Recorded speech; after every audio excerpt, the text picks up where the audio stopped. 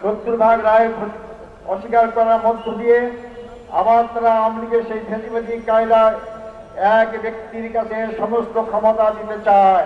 যে জুলাই বিপ্লব আমাদের নতুন জীবন দান করলো, সেই জুলাই বিপ্লব অস্বীকার করা মানে এই নতুন জীবনকে অস্বীকার করা।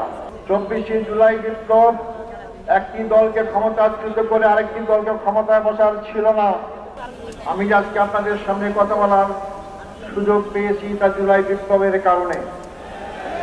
আজকে যিনি প্রধানমন্ত্রী হয়েছেন জুলাই বিপ্লবের কারণে, আজকে তিনি স্বরাষ্ট্রমন্ত্রী হয়েছেন জুলাই বিপ্লবের কারণে, আজকে যারা বেশিরভাগ এমপি হয়েছেন জুলাই বিপ্লবের কারণে।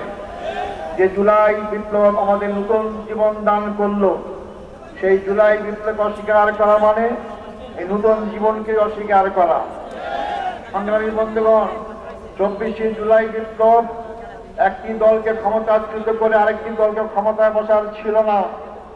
জুলাই বিপ্লব ছিল পুরাতন ব্যবস্থাকে ছুড়ে ফেলে নতুন ব্যবস্থা কায়েম করা। জুলাই বিপ্লব ছিল একজন ব্যক্তির হাতে ক্ষমতা কুক্ষিগত না করে জনগণের ক্ষমতা জনগণের কাছে ফিরিয়ে দেওয়া। আজকে গণভোটকে অস্বীকার করা মানেই শুধু 70 ভাগ মানুষের রায়কে অস্বীকার করা নয়, 70 ভাগ রায় অস্বীকার করার মধ্য দিয়ে আবার তারা আওয়ামী লীগের সেই ফেঁসিবাদী কায়দায় এক ব্যক্তির কাছে সমস্ত ক্ষমতা দিতে চায়। আমরা দীর্ঘ 16 বছরে এক ব্যক্তির ক্ষমতার শাসন দেখেছি। আমাদের হাজার হাজার ভাই থেকে জীবন দিতে হয়েছে। শুধু জামাত ইসলামের কেন্দ্রীয় 11 জন ব্যক্তিকে ফাঁসির কাস্টে ঝুলিয়ে বিনা চিকিৎসা হত্যা করা হয়েছে। যে জুলাই বিপ্লবের সূচনা হয়েছে রংপুর, সে রংপুরের সন্তান আমি। সে রংপুরের সন্তান এখানে আছেন আক্তার হোসাইন। আবুল সাইদ রক্ত দিয়েছিল কি জন্য? সে তো ছাত্র নেতা ছিল। তার রক্ত চলে গেলে সে ক্ষমতায় যাবে এই আশায় রক্ত দেয়নি, একটা পরিবর্তন চেয়েছিল। আজকে বিএনপি ক্ষমতা সে পরিবর্তন ভুলে গিয়েছে। সংগ্রামী ভাই বন্ধুগণ, আমাদের এই আন্দোলন কোন দলের বিরুদ্ধে নয়, আমাদের আন্দোলন জনগণের বিপক্ষে যে অবস্থান নিয়েছে তাদের বিরুদ্ধে।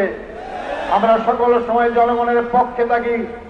আজকে একজন ব্যক্তির কাছে ক্ষমতা কুক্ষিগত করার মাধ্যমে যদি আপনারা দুঃস্বপ্ন দেখেন আবার জোর করে ক্ষমতায় থাকতে পারবেন, বোকার স্বর্গে বাস করছেন। মনে করেন টাকার সরকারের আন্দোলনের কথা, টাকার নাকি পাগল ছাগল ছাড়া কেউ বোঝে না। আপনারা অস্বীকার করলেন, আন্দোলন দমাবার চেষ্টা করলেন, শেষ পর্যন্ত মারলেন, এমন ভাবে মারলেন কেয়ারটেকার হলো। আপনারা ক্ষমতা আসতে পারলেন না। জনগণের বিরুদ্ধে অবস্থান গ্রহণ করবেন না, আমাদেরকে রাজপথে আসতে বাধ্য করবেন না। রাজপথের আন্দোলনের ফলাফল সরকারি দলের জন্য কোনো শুভ অবস্থা হয়নি, কোনো সময় হবে না। আমাদেরকে জুলুম অত্যাচারে ভয় দেখাবেন না। সবগুলো পার করে আজকে এই বয়সে আমরা এসেছি।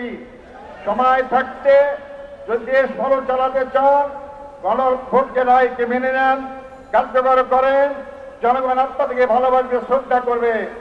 আর যদি অপেক্ষা করেন, আপনারা সংখ্যাগরিষ্ঠের কারণে, এই সংখ্যাগরিষ্ঠ কিভাবে হয়েছেন আপনারা ভালো করেই জানেন। ভোটের ফলাফলে আপনারা ইঞ্জিনিয়ারিং করে আজকে এই ক্ষমতায় এসেছেন, সেটা আপনারাও জানেন, জনগণও জানে।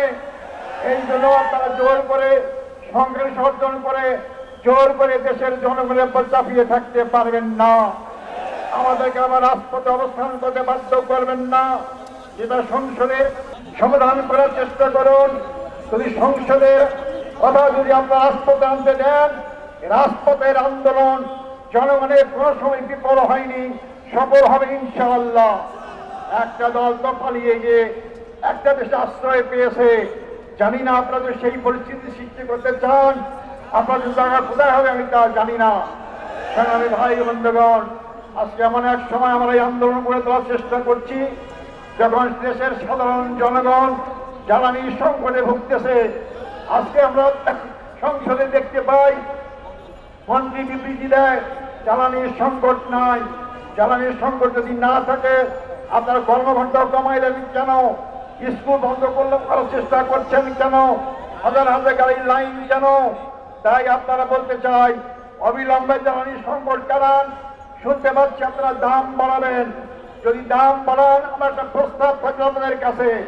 আপনাদের কার্ড দিতে অভ্যস্ত, ফ্যামিলি কার্ড দেন, অমুক কার্ড দেন, দাম বাড়াবেন, আমাদের জ্বালানি কার্ড দেবেন, সবাইকে জ্বালানি কার্ড দেন, তাহলে আমরা দাম বাড়লে আপত্তি করবো না।